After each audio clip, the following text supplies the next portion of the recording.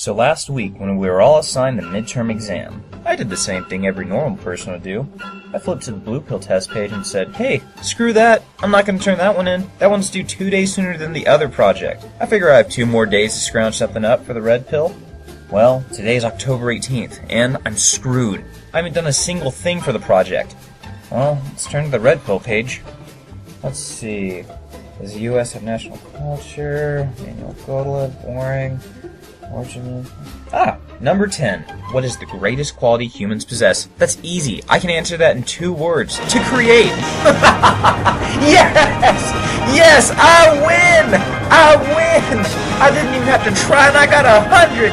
Dance, go for dance! Hey everybody! We're all gonna get late!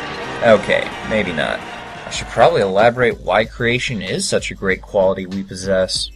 Since the dawn of time, man has always sought to achieve what no other has done before them. As we reach further into the future, our creations become even more and more advanced, from the stone wheel to steam-powered boats, spacecrafts designed to pierce the heavens, and hobo with the shotgun. Each invention even better than the last. But there's always been one thing that technology's never been able to perfectly create: artificial life. With the help of robotics, we're slowly challenging this barrier. But what does this spell for our future? Is our ability to create going to be our greatest quality, or our worst nightmare? The story of man creating an artificial human is an age-old tale that predates works of science fiction such as Metropolis. Even in the early 1800s, Mary Shelley was writing about the possibility of a doctor who defied the boundaries of God by creating a living, breathing creature. Science fiction works as the blueprints for what modern advancements strive to replicate. What we call science fiction today may be the science reality of tomorrow. Will we ever get to the point where we're creating perfect synthetic humans? I doubt anytime soon. But putting life into robots is another question altogether. Of course, baby steps are required for this process. We need to start with cybernetics before we get to artificial intelligence. Cybernetics are everywhere. They're in our video games, cooking appliances. Hell, they're even in your pocket as we speak. But what happens when we start putting these parts in regular human beings? Well, that's when we get cyborgs. Now, are we at the point where cybernetic limbs are strong enough to knock some teeth out? Hell no. But what will happen when these augmented people surpass the abilities of those without cybernetics? Employers will catch on to this, and being enhanced will almost be mandatory to even get a job. So you got a master's degree from Harvard. Well, whoop-de-freaking do. Get out of my office and don't come back unless you got some sweet robot legs. Like me. Sure, you can argue that I've been playing too much Deus Ex, but think about it. Why hire this guy when we can hire this guy?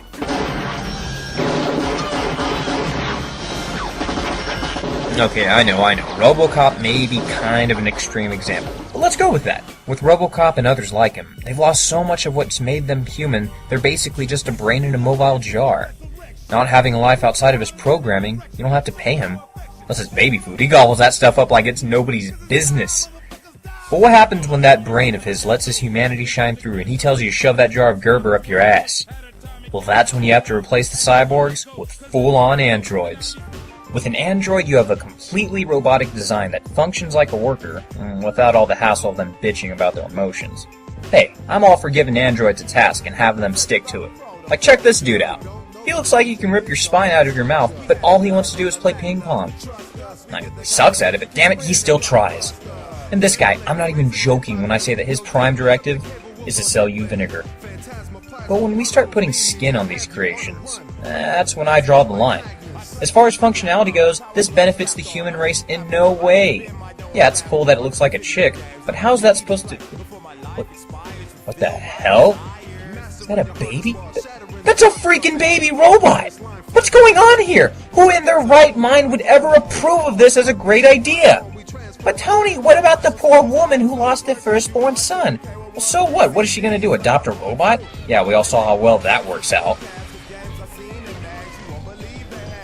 Ugh, it's crap like this that leads to Skynet screwing everything up for the rest of us. And what's worse is you have completely artificial life forms being created solely for our entertainment. Ugh, don't even get me started on what this jackass is doing. What the? Do you hear that? Oh god, no, I know that sound. Cover your ears fast. Oh god, no, it's Hatsune Miku! Oh god! Why have you pushed forsaken me! Ah! My ears! They're bleeding!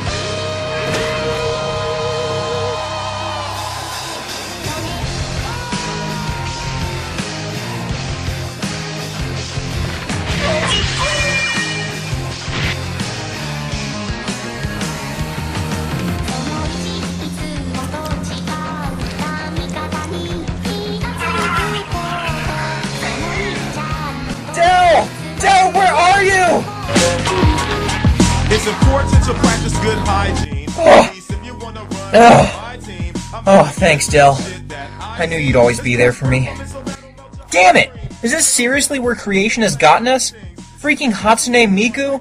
What your poor little ears and eyes just witnessed was not only an android that was artificial in appearance, but artificial in voice as well. That's right, this ain't some gorilla scheme. This is a full-blown, man-made entertainer. I mean, this thing doesn't even require the multi-millions of dollars we throw at our female performers today. What's gonna happen when all the record companies decide to join the Hatsune bandwagon? Young women like Miley Cyrus, Justin Bieber, and Rebecca Black will all be out of the job. Actually, that doesn't sound like such a bad deal. You know what? Keep up the good work, Hatsune. But still, where does this leave us for the future? I'd like to believe everything's going down the Akira path, because seriously, they had some pretty sweet bikes. But that's just not what the future has in store for us. Robots are awesome and all. They kick ass and look cool while doing it. But they don't look so cool when they're kicking your ass. With this in mind, we're quickly heading towards the Robopocalypse! I wouldn't even mind if the T-800s took over. But if worse comes to worse, we might be looking down the barrel of the Hatsune Apocalypse.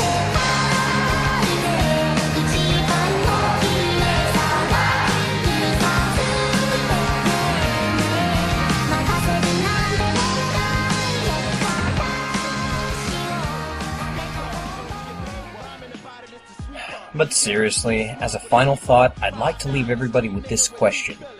Do we really need to improve technology? Aren't we doing well with what we already have?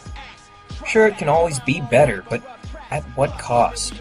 Are we really the masters of our creations, or are we all just being plugged into a unified system that'll soon be giving us the orders?